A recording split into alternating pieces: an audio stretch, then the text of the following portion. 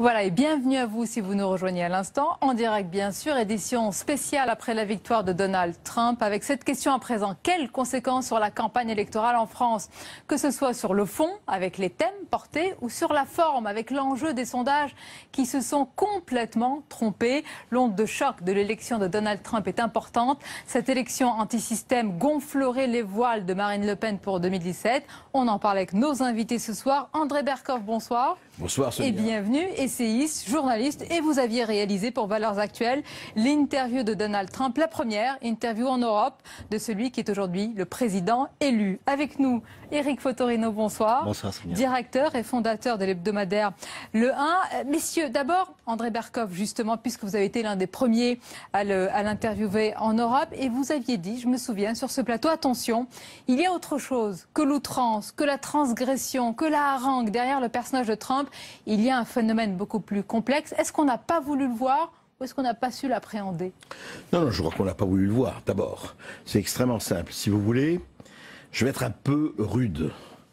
Vous avez quand même une génération médiatico-politique qui a pris un peu l'habitude de raisonner en poulet en batterie. C'est-à-dire, il y a formol, formation, formatage. Donc, ceux qui sont du milieu, ça se passe très très bien, on discute dans ce genre de milieu, on est entre genre de bonne volonté, propre sur soi, et on se quitte, on se fait des amabilités. Et puis il y a les autres. Les autres qui sont un peu bruts de décoffrage, qui sont pas très réussis, qui utilisent leurs doigts quelquefois pour manger. Donald Trump. Donald Trump, il ne faisait pas partie du milieu. Même s'il était milliardaire, il fait partie du système, attention, mais pas du milieu. Pas du milieu, c'est très important. Nuance importante. Donc ce type arrive, survient et fait cette campagne hallucinante. Je voudrais raconter deux choses. Quand je suis allé le voir, ici comme à New York, on m'a dit mais qu'est-ce que tu vas voir ce type? Va le voir très vite, publie très vite, parce que dans un mois, il est oublié. Il fait ça pour la publicité de ses immeubles et de sa marque, le reste, il s'en fiche. On a vu le résultat. Et enfin, je crois qu'il y a eu quelque chose qui a été vraiment de l'histoire du déni. Et regardez, les sondages, n'en parlons pas, enfin, parce que les sondages, il y a vraiment quelque chose à dire sur cette tyrannie, sur ce conditionnement des sondages. Et enfin, la manière dont un certain nombre de sachants et d'experts ne se relaient qu'entre soi et ne voient plus du tout ce qu'il y a un peuple. Oui, ça ne les intéresse plus. C'est une vraie question. Hein. D'ailleurs, le New York Times et le Washington Post, via leurs éditorialistes ce soir, ont publié des mea culpa, une autocritique, j'allais dire, courageuse, sincère, franche, directe, qui nous oblige aussi peut-être. Il est un peu tard, mais c'est vrai. Moi, je pense que... Alors, c'est un combat ou un débat, mais je suis assez d'accord avec ce que dit André sur ce point-là. Parce que le déni, c'est que Donald Trump, c'est un produit de l'Amérique. Nous, le 1, on a fait au mois de mai un numéro qui s'appelait « Trump, c'est aussi l'Amérique ». Et effectivement, il allait voir des électeurs qu'Hillary Clinton n'allait pas voir, notamment les mineurs du charbon. Il allait les voir. Il leur disait, vous savez, si je suis élu, vous avez intérêt à vous reposer maintenant parce que moi, je vais vous faire bosser. Alors elle allait même pas les voir en considérant que ça n'existait pas. Donc si vous voulez, cette fracture entre les élites mondialisées, comme on dit, et le peuple, eh bien, c'est quelque chose que l'administration Obama et Obama lui-même n'a pas su gérer, entre guillemets. 120 millions d'exclus dans l'Amérique d'Obama. 120 millions de personnes dont les revenus n'ont pas bougé pendant 35 ans. Donc, bien avant Obama, 16 000 $ par an. Donc, ces gens-là, à un moment donné, 120, vous savez, on dit la rage des classes moyennes blanches, du petit blanc, etc. Mais ce sont des gens qui se sont dit à un moment donné, lui, Trump, il boit pas de vin, il boit de la bière. On comprend ce qu'il dit. Après, ça aura des échos avec Marine Le Pen. On comprend ce qu'il dit. Donc ça veut dire qu'à un moment donné, ces gens-là, ils y sont allés. C'est important ce que vous dites, parce que André Berkoff, depuis ce matin, on lit et on dit que c'est la fin du rêve américain. Mais est-ce que c'est vraiment le cas? Est-ce que quelque part, Donald Trump ne l'incarne pas d'une autre manière? Certains, même les plus déshérités, les plus etc., ont envie de lui ressembler, qu'on le veuille ou pas. Tout à fait, mais je vais vous dire, moi je suis allé à un de ces meetings, je suis allé le voir, mais je suis allé à un de ces meetings, et j'étais très frappé, il y avait évidemment 30 000 personnes, etc., côté rockstar, mais c'est pas ça le problème. Le problème, je demandais à Jean combien vous gagnez par mois. Ils disaient 1500, 2000 $, 3000 $. J'ai dit, mais attendez, et vous suivez, et vous avez envie de suivre jusqu'au bout un multimilliardaire? Je comprends pas. Il me dit, mais attendez, c'est très simple. Lui, il ne sera pas acheté par un lobby. Il n'a pas besoin d'être vendu, il a son fric. Et puis deuxièmement, et surtout, il dit ce que nous, on ne peut pas dire. Là, je rejoins tout à fait Éric, c'est-à-dire que si cette Amérique désenchantée, cette Amérique désincarnée, cette Amérique oubliée, bien cette Amérique périphérique, comme on a la France périphérique. Comme en France. Voilà. Et là, on a Comme l'excellent livre, des excellents livres de Christophe Guilluy. Voilà. Non, mais c'est-à-dire que c'est vraiment le même problème. Et en 2 mots, je voulais quand même donner une image. Guilluy l'a nommé, mais moi je suis très frappé. Si vous voulez, tout se passe comme si une élite a donné un plan de licenciement massif à toute la petite classe. Petits agriculteurs, petits commerçants, petits ouvriers, etc. En disant, écoutez, débrouillez-vous, on n'a plus besoin de vous. Eh bien, ceux-là, ils ne sont pas très contents et ils le montrent. Éric Fotorino, je vais vous laisser réagir. Je voudrais d'abord qu'on fasse un tour d'horizon des réactions politiques en France, parce qu'on va parler à présent des éventuels effets et conséquences. C'est un tour d'horizon préparé par Sophie Normand-Couturier. L'élection de Trump ou la nouvelle pomme de discorde entre Alain Juppé et Nicolas Sarkozy. L'ancien chef de l'État qui y voit un refus de la pensée unique et s'adresse au cœur de son électorat. Le message du peuple américain doit être entendu. Il exprime une volonté de changement. Il exprime le refus d'une pensée unique. Cette pensée unique qui ne voit pas l'exigence des peuples quant à la maîtrise de l'immigration et au respect des frontières. De son côté, le maire de Bordeaux agite le spectre de l'extrémisme et se pose en rassembleur pour 2017. Il y a des leçons à tirer aussi pour la France. Je ne veux pas que la France s'engage dans la voie de l'extrémisme et de la démagogie. C'est la raison pour laquelle, plus que jamais, je veux rassembler tous ceux qui se font une certaine idée de la France et de la République. Tente de tirer son épingle du jeu, Marine Le Pen s'est empressée de féliciter le nouveau président américain et voit dans sa victoire une bonne nouvelle pour ses ambitions présidentielles. Les Américains ont voté. Ils ont refusé le statu quo. Ils ont montré par une décision qui a surpris ceux qui croient que les situations sont immuables, que le monde bouge. Marine Le Pen, Donald Trump, même scénario catastrophe pour le premier secrétaire du PS. Dans un tweet, il met en garde le parti, appelle au rassemblement de la gauche, appel jusque-là pas entendu.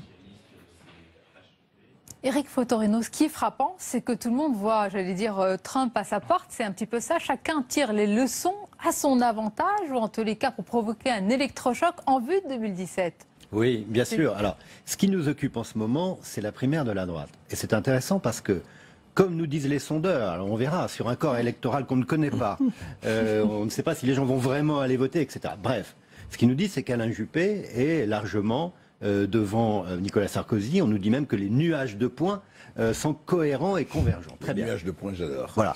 Bon, mais qu'est-ce que ça veut dire aujourd'hui? C'est que Alain Juppé, son score, c'est dû au fait qu'il catalyse l'anti-Sarkozy. Mais demain, est-ce que les électeurs à la primaire ne vont pas se dire, est-ce qu'on élit quelqu'un contre Sarkozy ou est-ce qu'on élit quelqu'un, si on élit en plus le futur président à ce premier tour de la primaire et au deuxième tour de la primaire, celui qui pourra être le plus fort contre Marine Le Pen, dont il est quasiment assuré qu'elle soit au deuxième tour. C'est plus la même chose d'avoir un président pour temps de paix et un président pour temps de guerre. Surtout avec ce contexte, avec Poutine, on connaît, on voit maintenant Trump, donc on se dit est-ce que c'est un président pour temps de paix? Alors là, c'est peut-être Juppé, ou est-ce que c'est un président pour temps de guerre? Et là, c'est peut-être Sarkozy. Est-ce que ça bouscule, oui, tous nos calculs, tout l'échiquier, tout le puzzle en ce moment? Ce qui est intéressant, c'est que je ne sais pas ce qui va se passer pour la primaire à droite, qui me paraît, et je l'avais dit ici, chez vous, au jeune Geoffroy Didier, qui était emporté par la tourmente très vite, dans les alluvions. J'avais dit que c'était un cancer métastasé pour la droite, et on le voit tous les jours. Une connerie intégrale, excusez-moi du mot.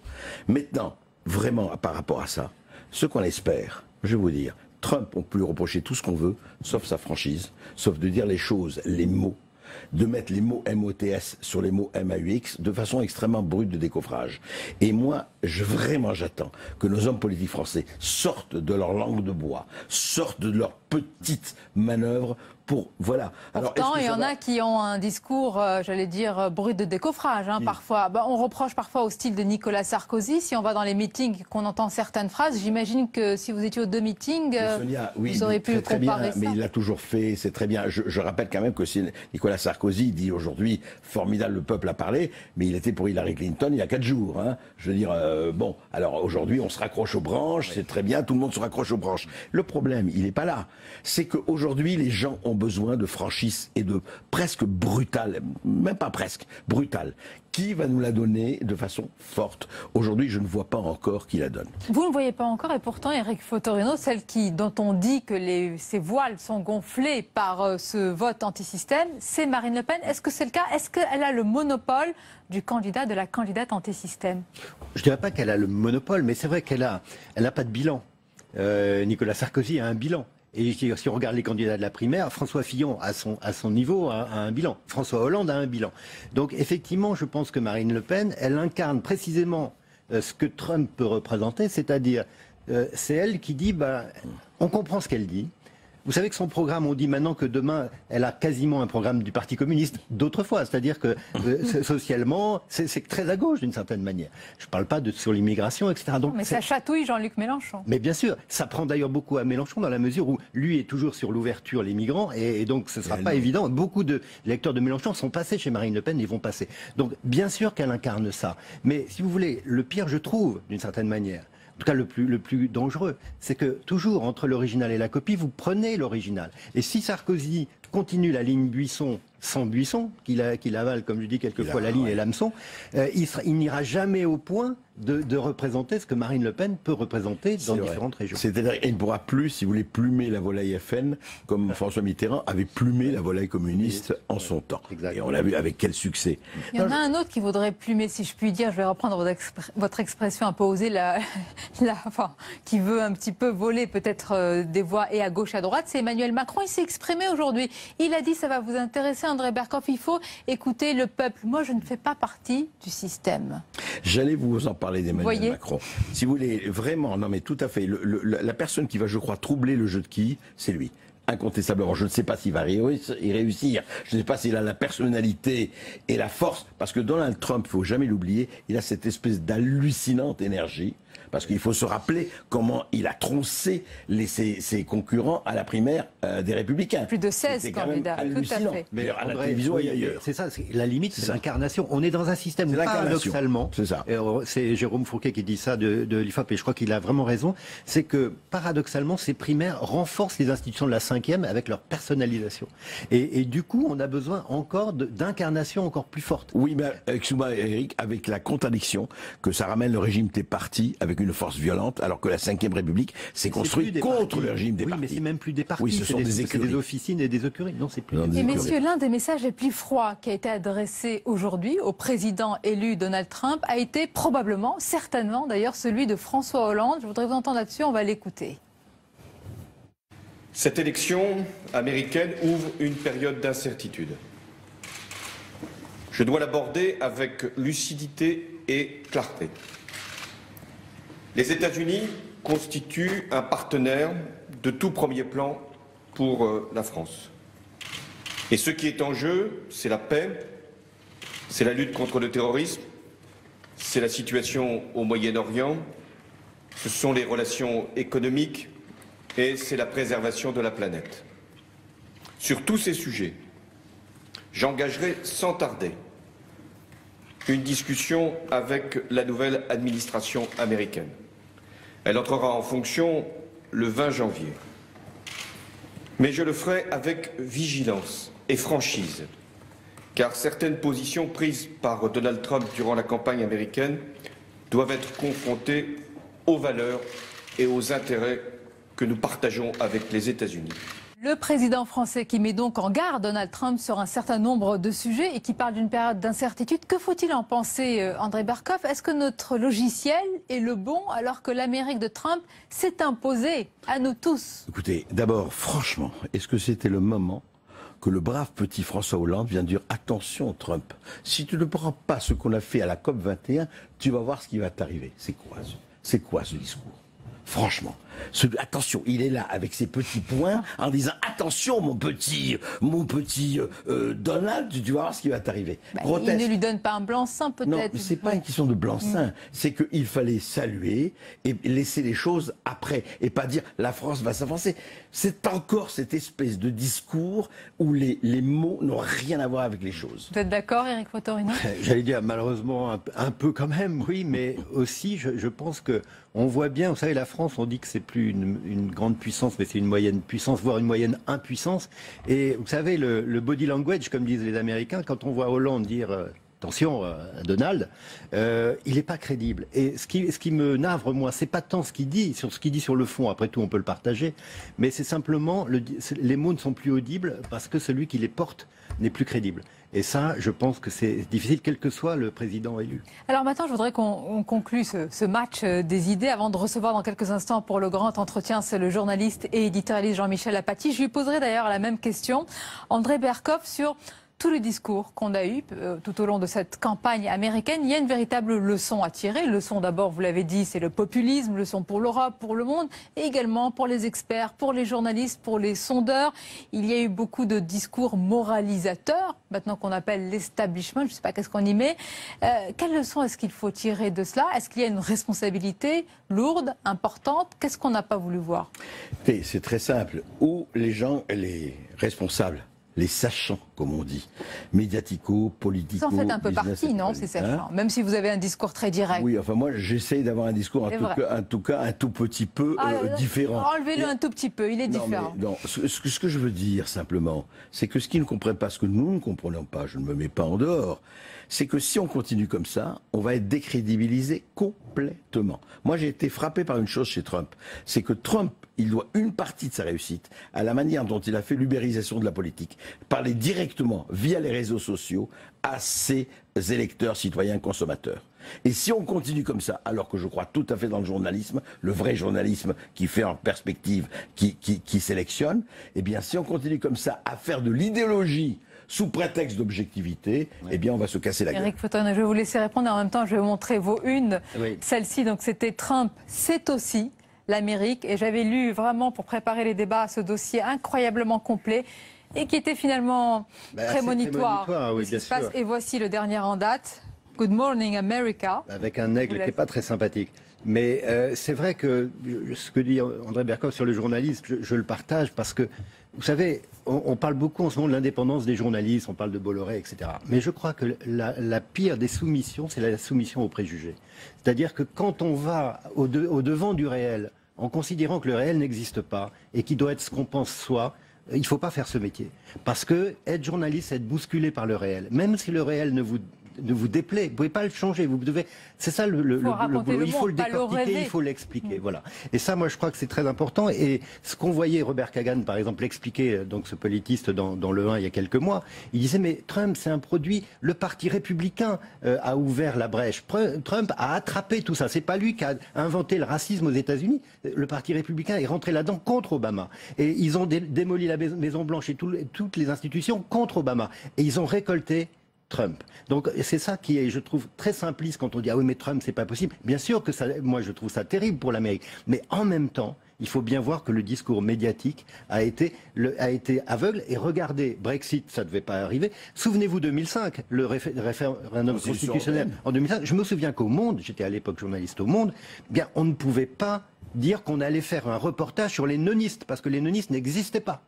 Ils ont existé le jour du suffrage. Rappelez-vous une chose, voilà, c'est très simple. Si un journaliste, et je rejoins Éric là-dessus, victime de préjugés, vous savez, il en arrive à ce que Bertolt Brecht disait, on dissout le peuple. C'est vrai que le peuple, il nous gêne, ce peuple. Ah non, mais il nous embête. Changeons de peuple. Il ne vote pas bien. Et nous savons mieux que vous ce qui est bon pour vous. Ouais. Voilà. Cette posture paternaliste, imbécile, doit disparaître.